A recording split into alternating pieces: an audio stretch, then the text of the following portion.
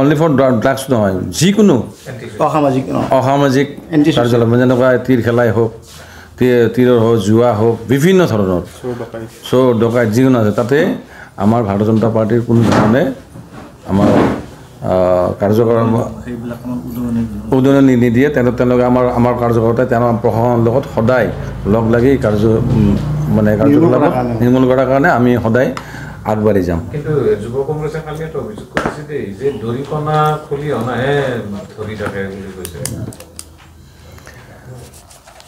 দৰিকণা কি কৈছে? দৰিকণা আৰু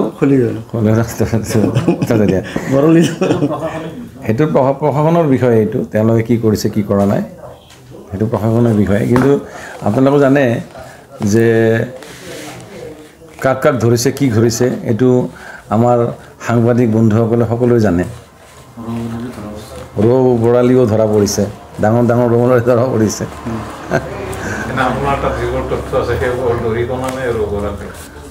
আছে কিছু, যেতিয়া আমি জমা দিম প্ৰশাসনত ৰ'ব পৰা আপোনালোকে গম পাই যাব। যোৱাকালি যুৱ কংগ্ৰেছৰ কাৰ্যকৰ্তাসকলে এক প্ৰতিবাদী কাৰ্যসূচী ৰূপায়ণ কৰে ড্ৰাগছ, তীৰ আৰু জুৱাৰ বিৰুদ্ধে। আৰু সেই প্ৰতিবাদী কাৰ্যসূচীৰ আজি মই ভাৰতীয় জনতা পাৰ্টী উত্তৰ কামৰূপ জিলাৰ সভাপতি হিচাপে প্ৰতিক্ৰিয়া ব্যক্ত কৰিব ওলাইছোঁ। আৰু এই প্ৰেছ মিটত মোৰ সৈতে উপস্থিত আছে ভাৰতীয় জনতা পাৰ্টীৰ ৰঙিয়া নগৰ মণ্ডলৰ সভাপতি নৱজিৎ ডেকা ডাঙৰীয়া, লগতে অসম গণ পৰিষদৰ সন্মানীয় ৰঙিয়া বিধানসভা সমষ্টিৰ সভাপতি লীলাধৰ চালৈ ডাঙৰীয়া, লগতে AGPৰ আমাৰ বিভিন্ন বিষয় বিভাগ থকা কাৰ্যকৰ্তাসকল। আজি আপোনালোকে সকলোৱে জানে যে অসমৰ আটাইৰে মৰমৰ শ্ৰদ্ধাৰ জনপ্ৰিয় মুখ্যমন্ত্ৰী ডক্টৰ হিমন্ত বিশ্ব শৰ্মা ডাঙৰীয়া, তেখেত যিদিনাৰ পৰা কাৰ্যভাৰ লৈছে সেইদিনাৰ পৰা আজিলৈকে এই ড্ৰাগছ, জুৱা, বিভিন্ন অসামাজিক কাৰ্যকলাপত জড়িত থকা যিমান কুখ্যাত মানুহবিলাক আছে তেওঁলোকৰ বিৰুদ্ধে এক আন্দোলন সৃষ্টি কৰি দিছে। দালাল বিভিন্ন ধৰণৰ। সেই ফলস্বৰূপত আজি যোৱাকালি আমাৰ যি যুৱ কংগ্ৰেছৰ আমাৰ কাৰ্যকৰ্তাসকল আছে, তেওঁলোকে যিটো মানে এলিগেশ্যন আনিছে যে AGP কোনোবা কাৰ্যকৰ্তা, লগতে BJPৰো আমাৰ সভাপতি শ্ৰীযুত ভৱেশ কলিতা ডাঙৰীয়াৰ কথা ডক্টৰ হিমন্ত বিশ্ব শৰ্মা ডাঙৰীয়াৰ কথা ওলাইছিলে।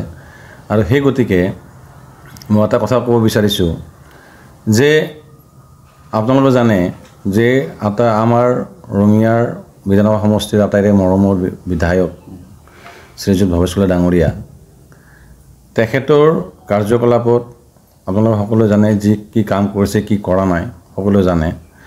লগতে এই যিটো ড্ৰাগছৰ বিৰুদ্ধে তেওঁ যিখিনি কাৰ্যকলাপ ল'ব লগা আছিলে তেওঁ সেইখিনি কাৰ্যকলাপ লৈছে। অসমৰ লগতে ৰঙিয়াৰো ড্ৰাগছ মাফিয়া আজিও জিলত আছে বুলি আমি জানো। এনেকুৱা দিনো গৈছে যে এনকাউণ্টাৰো হৈছে, লগতে বিভিন্ন ড্ৰাগছ বেপাৰীক ধৰিছে। আৰু আমি জানামতে যে যুৱ কংগ্ৰেছৰ কিছু কাৰ্যকৰ্তা আছে, তেওঁলোকে সেই ড্ৰাগছ মাফিয়াৰ লগতো মানে ওতঃপ্ৰোতভাৱে লগ লাগি আছিল আৰু যদি আছে বৰ্তমান আছে, তেনেকুৱা ধৰণৰ আমাৰ তাতে তথ্য আছে। আৰু সেই তথ্যখিনি যদি প্ৰয়োজন সাপেক্ষে আমি আমাৰ প্ৰশাসনক প্লাছ DGPক আমাৰ পুলিচ ষ্টেচনত আমি যদি প্ৰয়োজন হয় তেন্তে হ'লে আমি এইটো বস্তু আমি দিব পাৰিম। সংবাদ মাধ্যমত এনে কেইটামান কথা ওলাইছে আমাৰ দলৰ কথা যে আমাৰ দলৰ বা আঞ্চলিক সমিতিৰ সম্পৰ্কীয় ভাতৃ কিবা জুৱা তীৰৰ লগত জড়িত আৰু ৰঙিয়া সমষ্টিত মানে জুৱা প্লাছ ড্ৰাগছৰ ৰমৰমে বেয়া চলি আছে। এই কথাখিনি আমাৰ লগতে আমাৰ মিত্ৰ দল ভাৰতীয় জনতা পাৰ্টীৰ ডিষ্ট্ৰিবিউচন হৈছে, লগতে আমাৰ বিধায়ক মহোদয়ৰো ডিষ্ট্ৰিবিউচন হৈছে।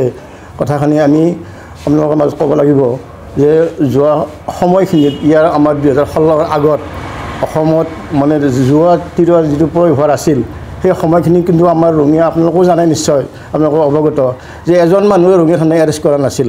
কিন্তু চৰকাৰখন হোৱাৰ পিছত মিত্ৰজোঁটৰ চৰকাৰ হোৱাৰ পিছত 2016 পিছত ধাৰাবাহিকভাৱে গোটেই ৰঙিয়াৰ লগতে গোটেই অসমতে জাকে জাকে মানুহ সোমাইছে, পেডলাৰ সোমাইছে থানাত।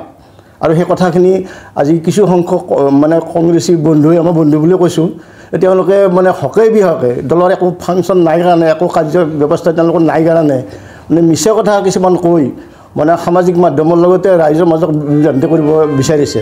এই কথাখিনিত আমি গৰিহণা দিছোঁ, আমি প্ৰত্যাহ্বান জনাইছোঁ। আমাৰ দলৰ যদি কোনোবা যদি সেনেকৈ তীৰৰ লগত জড়িত আছে তেওঁলোকে আঙুলিয়াই দিয়ক, আমি বিহিত ব্যৱস্থা ল'ম। আৰু মই প্ৰত্যাহ্বান জনাইছোঁ যে আমাৰ কোনো আঞ্চলিকৰ মানে সম্পৰ্কীয় মানুহ তীৰ খেলৰ লগত জড়িত নহয়।